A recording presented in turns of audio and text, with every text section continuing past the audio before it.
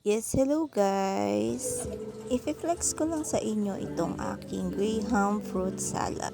Etong pang Graham na to guys, binigay lang sa amin. Tapos nagdagdag na lang ako ng konti para ma-enhance ko lang yung sarap ng Graham. Nagtawag na nga din ako ng kasama guys para maubos na yung isang wine glass. At eto naman po ang isang buong tray na nagawa ko. Pagkatapos nating mag-almusal, magde-dessert naman tayo since meron po tayong dessert. 1 can fruit cocktail. Inalisan ko yan ng juice. Tapos minatamis ko yung buko dyan guys. Nilagyan ko siya ng white sugar. Nilagyan ko din yan ng boiled sweet corn na maalat-alat dahil nilagyan ko siya ng asin.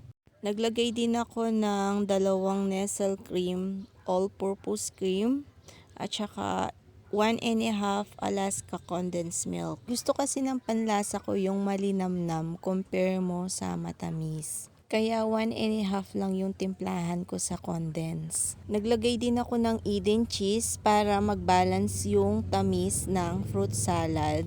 Medyo may alat siya ng konti. Once na nanguya mo yung cheese at yung sweet corn. Yung bang hindi ka masuya sa sobrang tamis ng Graham fruit salad. Yan yung gusto kong maging outcome ng Graham fruit salad na gagawin ko. So nasangkapan ko na yung fruit salad ayon sa panlasa ko. This time, magle-layer naman tayo ng Graham crackers para mabuo natin yung Graham fruit salad. So ayan guys, napakadali lang yung pagle-layer. Naglagay lang ako ng 1 cup mixture sa aking tray. Dahil maliit lang naman yung tray na ginamit ko, so okay na yung 1 cup sa ilalim. Then ilagay na yung Graham crackers. Tapos maglalagay ulit tayo ng mixture, pero this time 1½ yung inilagay kong mixture para mapalambot niya yung Graham cracker na inilagay natin sa ibaba.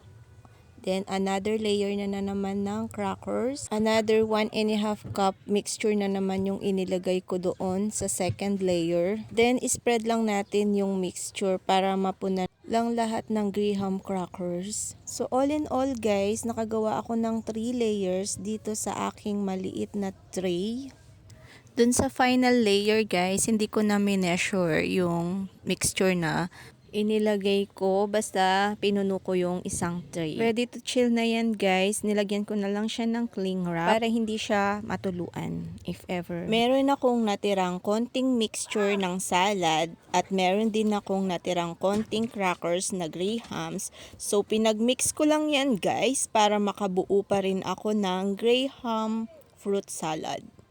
After kong mamekos-mekos yung crackers dyan sa salad, inilagay ko sa wine glass para lang mapaganda yung presentation ng paglalagyan ko. Pinunas lang natin yung nag-smear sa glass at pagkatapos tinakpan ko siya ng foil, then nilagyan ko siya ng Sanrio para ma-safety lang yung foil.